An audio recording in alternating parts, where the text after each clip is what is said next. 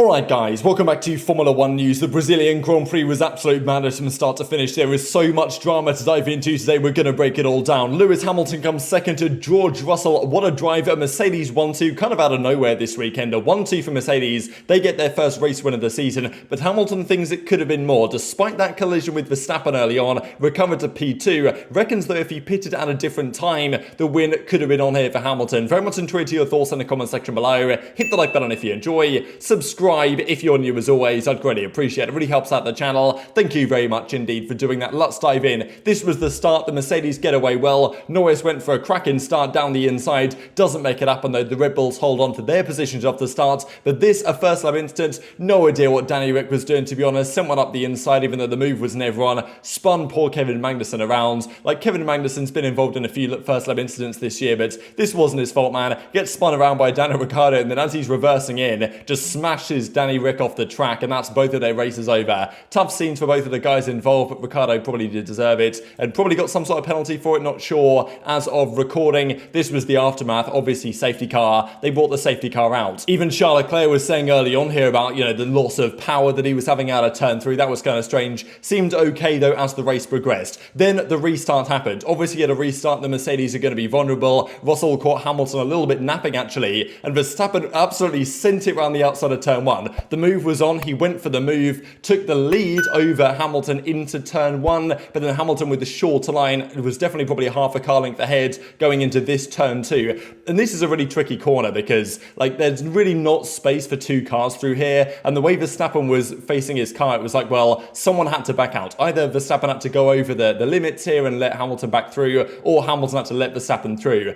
Verstappen was ahead, by some metrics, but then coming to the corner entry, it was Hamilton who was ahead with the shorter line through turn 1, so bit of a tricky instance. To me, I think this is people are going to say Hamilton didn't give Verstappen enough space, which I think is kind of fair enough. I think maybe the FIA thought that, well, Verstappen should have probably just backed out of this one and given Hamilton a bit more space because Hamilton kind of had the corner going into turn 2 at that point. To me, it's kind of one of these turn 2 racing incidents. I'm not really sure, but I think the penalty for Verstappen was very harsh, to be honest. I think looking at some of the footage, it looks like Hamilton's fault. Looking at other footage, looks like Verstappen's fault. Tough to say. I think biases will swing it either way. I'd probably say a racing incident, but I definitely don't think it was overwhelmingly Max's fault, to be honest. But the way Max is taking this line, the way Verstappen took this corner, if he actually did make the corner without contact with Hamilton, there's no way both of them would have got round the corner and still both of them would have stayed off track.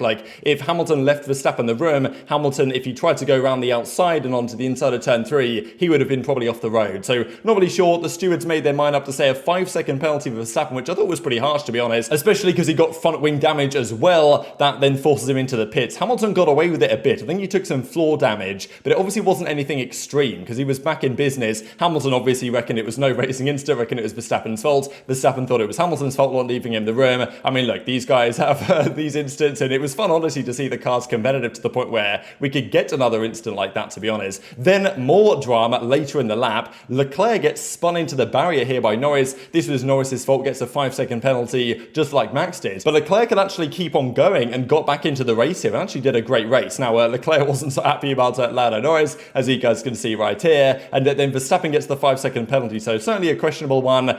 People are going to obviously have their thoughts on this, but in the end, their races weren't too badly affected. I wonder where Verstappen would have finished if not for this, and obviously, there's other Verstappen drama of the day that I'm going to do have second video on because there is all sorts to talk about there. So Hamilton's coming back through the field, lost several places, went down to P10 or something, and because he had grass on his tyres and stuff, so it was going to be a little bit tricky for him to get up to speed within the next couple of laps. Make some good passes though on Norris and co, and says, yeah, the balance of the car's okay, maybe a bit of damage, but nothing seemingly too costly. Was losing maybe a 1/10 of a second a lap to Russell at that stage of the race. Carlos Sainz had an issue with a tear-off duct, so basically on their visors, they have these tear-offs. You strip it off when you get dust in it and stuff, and then just chuck it off the side of the car, and then that's basically their high-tech way of dealing with the visor issues. Now, obviously, this is a bit dodgy, because if you get one stuck in your brake duct, you're kind of done for. That's what happened to Sainz here. He has to come into the pits and get it changed. I wonder if they've got to sort that out, because, I mean, yeah, not sure that's the most high-tech thing that Formula 1 have ever done. And there was a crazy situation where Leclerc and Verstappen were both fighting with Latifi at the back of the field.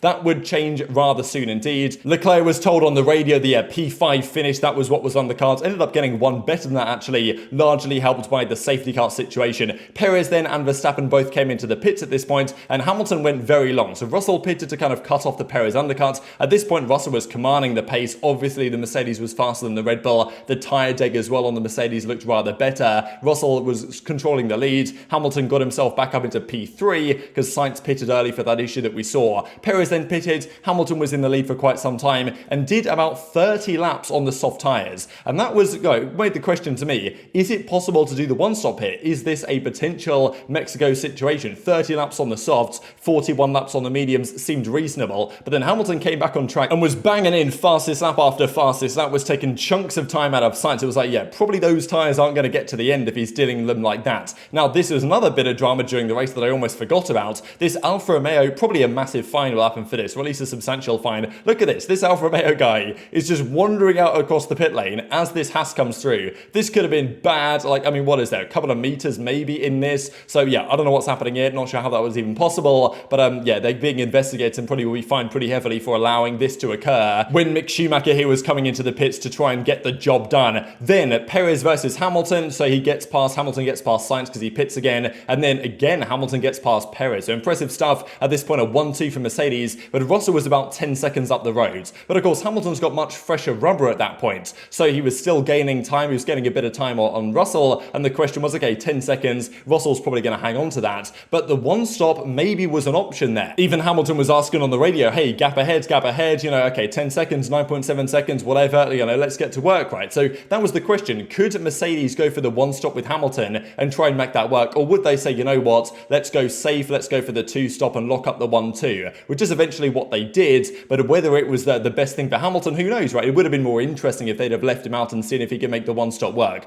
Probably Russell gets him anyway, but leaving him out longer regardless would have made the race much more interesting, especially because of the safety car. So Hamilton, despite extending the stint on those softs very long indeed to give himself the tyre advantage, pits before Russell. The key point here really was to ensure Perez didn't get the undercut. They wanted to make sure they came out and Perez would have stayed behind them, so I can understand the reasoning, but it was a bit more boring because they could have gone long with Hamilton and said, yeah, you know what, we'll give you another 5-6 laps here, see how the tyres are, and if they're still good, as he says they were on the radio, he was like, yeah, the tyres are good, lads, leave me out. He was like, why am I getting pitted right now? Especially because Russell had not pitted yet and he was on older tyres. So Hamilton was not happy about this. He was on the radio like, what's going on, guys? And look, their decision was, I'm sure they've explained it to him, like, yeah, we wanted to lock up the 1-2. Fair enough, but it would have been interesting, right, had they left him out longer, especially because the safety car was not far around the corner. But I told him, yeah, the softer tyres faster, etc., etc. Hamilton wasn't so happy and was closing grounds, but then Lando Norris pulls off the track. Initially a virtual safety car, then a full safety car, and that makes things rather interesting because at that point the other cars had pitted, so it didn't really affect too many drivers on the grid. But if Hamilton had stayed out there, then he'd have been able to get a free pit stop, right? He would have been able to more than likely get to Russell because he was about 10 seconds behind. He would have gained about that amount of time in the pit stop under the safety car. So Hamilton would probably have been at P1 because obviously when the safety car happens, even if Hamilton's tyres might have made it to the end at that point in this theoretical world where he's still on those mediums, they would have pitted him anyway for those used softs and stuck him at the front. So, I mean, look, that's probably what would have happened here. So Hamilton might be thinking, you know what, guys, if you left me out longer, which should have been the strategy possibly, then it might have been a situation where it's Hamilton 1, Russell 2 going into the final few laps. As it turned out, of course, with the safety car eventually in, now there was all this talk about Tsunoda because Tsunoda for some reason didn't unlap himself, so he just started the race in like 5th place and had to let everyone by anyway. It was an absolute shambles from him or maybe race control that didn't let him through. Not sure what was going on there, but it wasn't a good look at all for them.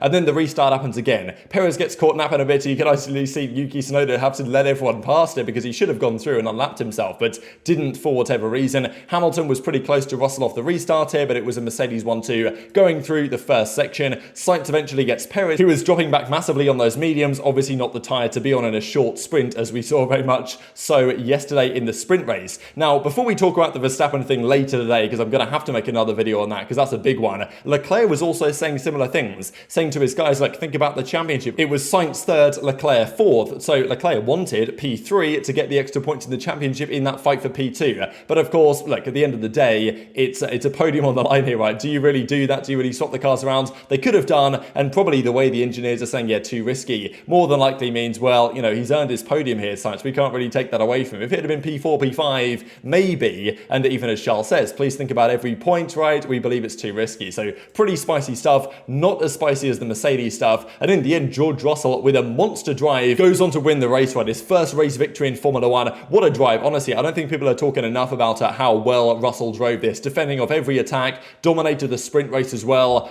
gained his advantage on Hamilton, extended that advantage a bit as well at the end of the race. Hamilton probably had a bit of damage and also had about 3 laps older tyres because he pitted 3 laps earlier, so, there was some performance offset theoretically there within the cars, but Russell just did an absolutely mighty job, especially in Sector 2, and what a well-deserving race victory is. Hamilton will not be a happy man because, look, this season, I think at times they wondered if they'd even get a race victory. They now have one, but it's not Hamilton with the race victory, right? Especially in Brazil, and look, that collision with Verstappen arguably cost him in a different circumstance, where that doesn't happen and Hamilton gets a better run off the safety car restart, or the safety car doesn't happen at all, then maybe Hamilton wins this race. Probably had faster pace during some of the stints, but still I'm sure they've got to be happy with the team result, and Russell obviously knew something on Friday after quali that, their car was quick this weekend. This is how it looked towards the end of the race, but George Russell, a race winner in Formula 1, the 113th, 114th race victor we've ever had in Formula 1, and what a drive. And really, Russell at the start of the season was looking good, then fell back a bit from Hamilton, and now really is starting to find that groove again after a couple of difficult races. This is the first driver as well ever to get maximum points on a sprint weekend. Won the sprint, won the race, got fastest lap, never been done before, has now been done by Mr. George Russell, and even Hamilton after the race said the following: what can I say? You know how it is with Max. I'm sure he's giving his thoughts on that as well. What do you guys think about that? Shouldn't Mercedes have done something different with the strategy? At the end of the day, they got a 1-2, they got the fastest lap. That's what they've been looking for all season. They were thinking a race victory would only happen if there was a crazy world in which Red Bull, something went wrong, there was some drama, whatever. Turns out they just straight about the fastest car on track and were dominating the race every single stint, and makes things very interesting for Abu Dhabi because they were far and away ahead of the field this weekend. And yes, there was only one FP1 session for Red Bull to sell their car in. We know that Mercedes already are faster than Ferrari, but what a result for Mercedes. I wonder if Hamilton can get a victory at Abu Dhabi, because that would be somewhat poetic in a way as well. But very much intrigued to your thoughts on all this stuff in the comment section below. Hit the like button if you enjoyed, subscribe if you're new, take care, and I'll see you next time.